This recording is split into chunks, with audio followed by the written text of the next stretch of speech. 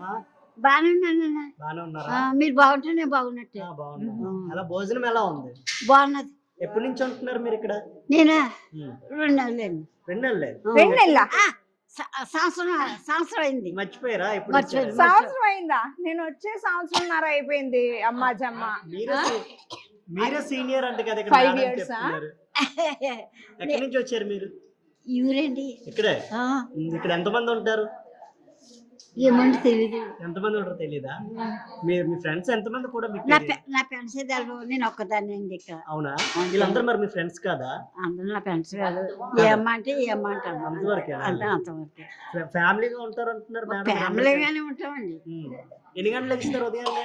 ఏంటమ్మా? ఉదయాన్నే ఎప్పుడు లెగిస్తారు మీరు? నిద్ర ఎప్పుడు లేస్తారు? నేనా నేను కుక్కలో కోడి పోతుంది అప్పుడు లేచిపోతాను. కోడి కూసినట్టు లేసేస్తారు. అంటే ఉదయం 4 గంటలే లేసేస్తారు.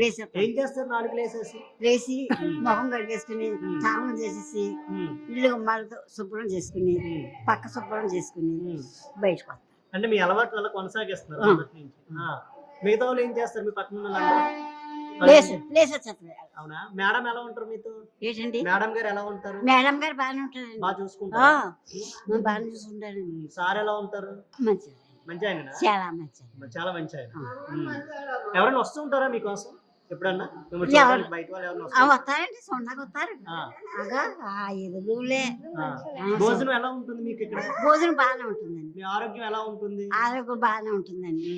అంత బాగానే ఉంటుంది. అంత బాగానే ఉంటుంది. అంత బాగానే ఉంటుంది. ఎవరు ఏది తెచ్చినా పెడతారు.